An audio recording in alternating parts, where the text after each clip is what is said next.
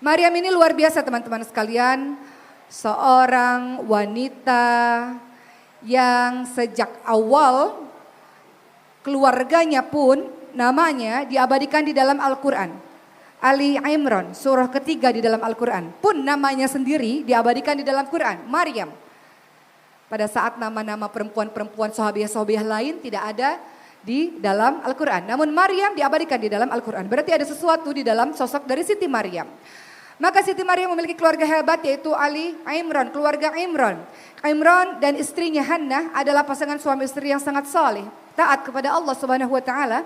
Namun diberikan ujian yang luar biasa oleh Allah yaitu tidak memiliki seorang anak. Maka ibu dari Siti Maryam yaitu Hannah senantiasa berdoa kepada Allah Subhanahu wa taala dalam surah Ali Imran ayat 35, doa meminta kepada Allah agar dikaruniakan anak, dan kalau anak itu lahir maka anak itu akan diberikan untuk mengabdi pada Baitul Maqdis Palestina, mengabdi di masjid, mengabdi di tempat ibadah. Maka dalam surah Ali Imran ayat 35 kalimatnya adalah Rabbi inni nadartu laka ma fi batni muharraran fataqabbal minni innaka antas samiul alim. Artinya, ya Tuhanku, sesungguhnya aku bernadar kepadamu janin yang dalam kandunganku kelak menjadi hamba yang mengabdi kepadaku. Pelajaran pertama untuk setiap orang tua maupun calon orang tua, kalau kita belajar dari keluarga Imran, orang tuanya Maryam, yang pertama, belum engkau memiliki seorang anak atau engkau telah mengandung, engkau sudah tahu cita-cita anak itu mau engkau jadikan apa. Orang tua yang hebat sudah merencanakan anak itu sejak dalam kandungan ingin dijadikan apa. Maka setiap ibu, ayah khususnya ibu, betul-betul bertekad berazam kelak anakku lahir aku akan jadikan dia A, aku akan jadikan dia B, aku akan jadikan dia C. Namun yang paling utama jadikan dia apapun profesinya mengabdi kepada Allah Subhanahu wa taala. Mau jadi apapun dia, dokter, guru, lawyer, pilot, pramugari, apapun dia profesinya, ternyata seorang ibu yang hebat tahu, paham anaknya akan dijadikan mengabdi kepada Allah Subhanahu wa taala sebagaimana tujuan penciptaan kita dalam surah Al-Ahzab ayat 59. Bahwa Allah tidak menciptakan jin dan manusia kecuali untuk beribadah, mengabdi kepada Allah Subhanahu wa taala. Itu rahasia anak hebat, dari awal orang-orangnya sudah tahu anak itu hendak dijadikan sebagai anak apa, cita-citanya apa. Aku ingin anakku jadi ulama, maka dari kecil arahkan anak itu di sekolah agama, arahkan anak itu belajar agama. Sebagaimana ibu Imam Syafi'i rahimahullah. Imam Syafi'i lahir di Gaza, Palestina, adalah seorang anak yatim, single fighter, mampu berhasil menjadikan anak tersebut menjadi anak yang hebat, ulama besar. Ibu ini, ibunya Imam Syafi'i namanya Fatimah. Ingin sekali Imam Syafi'i menjadi ulama yang besar. Maka ibu paham apa yang harus dilakukan. Kalau saya ingin anak saya jadi ulama, saya kasih dia tempat yang bagus dan pendidikan yang bagus. Maka apa yang dilakukan ibu Imam Syafi'i? Membawa anak tersebut dari Gaza, Palestina menuju ke Makkah.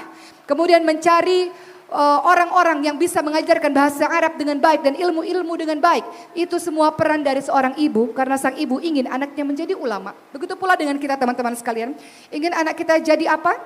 Silahkan diarahkan dari awal dan kemudian paham apapun engkau nak jadi apapun itu, tetap tujuan utamamu adalah mengabdi kepada Allah Subhanahu wa taala. Kemudian kisah Siti Maryam berlanjut. Akhirnya Allah Subhanahu wa taala menganugerahi rahim Hannah seorang anak perempuan namanya Maryam, diberikan nama yang baik.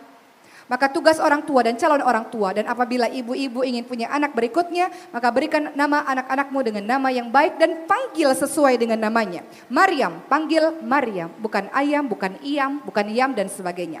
Khadijah, panggil Khadijah, bukan ijah, bukan jah dan sebagainya. Yusuf, panggil Yusuf, bukan ucup dan sebagainya. Aisyah, panggil Aisyah, bukan iseh dan sebagainya. Apalagi? Ada lagi? Nama-nama yang engkau singkat-singkat. Ibrahim anak saya, jangan dipanggil Baim, jangan dipanggil Boim, dipanggil Ibrahim. Berikan nama anak yang baik dan panggil dengan nama yang baik. Sebagaimana orang tua Maryam dalam surah Ali Imran ayat 36 memberikan nama yang baik untuk anak tersebut. Ya, maka ketika melahirkan dia berkata, ya Tuhanku, aku telah melahirkan anak perempuan. Padahal Allah lebih tahu apa yang dia lahirkan, dan laki-laki tidak sama dengan perempuan, dan aku memberikan namanya Maryam. Wa inni samaituha Maryama Wa inni u'idzuha bika wa dzurriyyataha minasyaitonir rajim. Dan aku memberikan nama Maryam dan aku mohon perlindunganmu untuknya dan anak cucunya dari gangguan syaitan yang terkutuk. Artinya salah satu tugas dari ibu adalah memberikan nama anak yang baik. Banyak ibu-ibu di luar sana yang ketika memberikan nama anaknya kebule-bulean merasa lebih bangga, padahal mungkin artinya berisi arti yang lain. Sedangkan kalau anak diberi nama anak Zainab dibilang kampungan. Zainab nama anak Rasulullah sallallahu alaihi wasallam. Fatimah nama anak Rasulullah. Khadijah nama anak Rasulullah. Kadang kalau kita kasih nama anak kita Khadijah, awal-awal saya ingin memberikan nama Khadijah, kemudian orang-orang mengatakan kok nama kayak nenek-nenek di kampung saya. Dibilang kampungan dan sebagainya. Itu nama-nama bagus, nama-nama hebat. Kasih nama anak kita tokoh-tokoh dari kalangan muslim atau nama-nama sifat. Dengan begitu harapannya anak-anak kita sesuai dengan namanya teman-teman sekalian. Berikan nama anak yang baik. Pernah ada orang tua di zaman Umar bin Khattab radhiyallahu anhu mengadu, "Wahai Umar, anakku adalah anak yang bandel, nakal, durhaka, tolong kasih nasihat." Anaknya dipanggil oleh Umar bin Khattab, maka anaknya mengatakan, "Umar, tunggu dulu, sebelum engkau menasihati saya, katakan pada saya apa tugas orang tua." Umar mengatakan, tugas orang tua pertama cari ibu yang baik. Kedua, berikan nama yang baik. Ketiga, berikan pendidikan Al-Quran. Maka anak tersebut mengatakan, tiga-tiganya orang tua saya tidak melakukannya. Adapun ibu saya bukan ibu yang baik, nama saya bukan nama yang baik, dan orang tua saya nggak pernah kasih pendidikan Al-Quran buat saya. Buat orang tua, kasih pendidikan Al-Quran untuk anakmu dari dirimu sendiri. Engkau tak bisa baca Quran, tapi engkau ingin anakmu jadi penghafal Quran. Bagaimana bisa teman-teman sekalian? Kita mengharapkan sekolah saja yang mengajarkan anak-anak kita, nggak bisa. Anaknya pandai Quran, ibunya pun harus pandai Quran. Maka belajarlah. Waktu saya pernah berada di Mekah teman-teman sekalian, saya keliling kota Mekah, saya mengetahui di sebuah tempat penghafal Quran sedang ada wisuda. Wisuda 30 juz, anak umur 7 tahun dan nenek-nenek umur 70 tahun. Artinya adalah menghafalkan Quran semua usia. 70 tahun beliau baru selesai hafal 30 juz Al-Qur'annya. Dan anak 7 tahun juga selesai hafalan Al-Qur'annya. Artinya adalah belajar Quran sepanjang masa. Kita kembali kepada pengasuhan pada hari ini, pengasuhan anak. Yang kedua tadi memberikan nama yang baik. Dan yang kemudian yang ketiga adalah mendoakan anak-anak kita. Tentu saja dengan doa-doa yang baik. Pasti orang mengatakan pasti doa yang baik. Tapi hati-hati, ucapan juga adalah doa. Ketika seorang ibu mengatakan, anak bodoh, PR-mu jelek, nilaimu jelek, ujianmu jelek, engkau anak bodoh.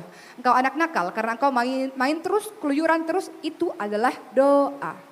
Doa-doa mustajab yang didengar oleh Allah Subhanahu wa taala selain doa orang-orang yang zalim, doa orang-orang musafir sedang dalam perjalanan, juga doa seorang orang tua, khususnya ibu kepada anaknya. Maka hati-hati dari mulut seorang ibu.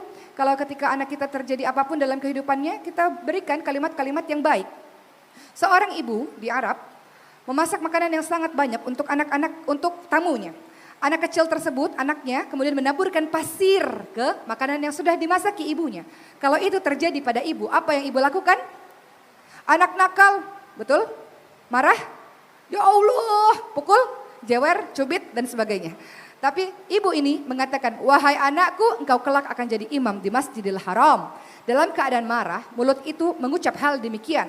Maka bertahun-tahun kemudian anak tersebut kita kenal dengan nama Imam As-Sudais. Yaitu seorang imam di Masjidil Haram. Maka berikan kalimat-kalimat yang baik. Sekarang kalau ibu pernah mengatakan anak nakal, anak bodoh, anak kurang ajar, minta ampun pada Allah. Karena doa, mulut ibu, lisan ibu bisa jadi doa yang akan didengarkan oleh Allah Subhanahu wa taala terhadap anak-anak kita. Hati-hatilah dengan ucapan-ucapan wahai ibu. Kalimatnya ucapkan yang baik. Anak solihah ya Allah pada saat dia sedang pecahkan piring, pada saat dia sedang melakukan hal-hal buruk. Anak solihah ya Allah, anak hebat ya Allah, engkau kelak jadi orang besar ya Allah. Ucapkan kalimat-kalimat yang demikian wahai ibu. Dan sebelum tidur biasakan untuk selalu berdoa setiap malam sebelum tidur untuk keberhasilan anak-anak kita.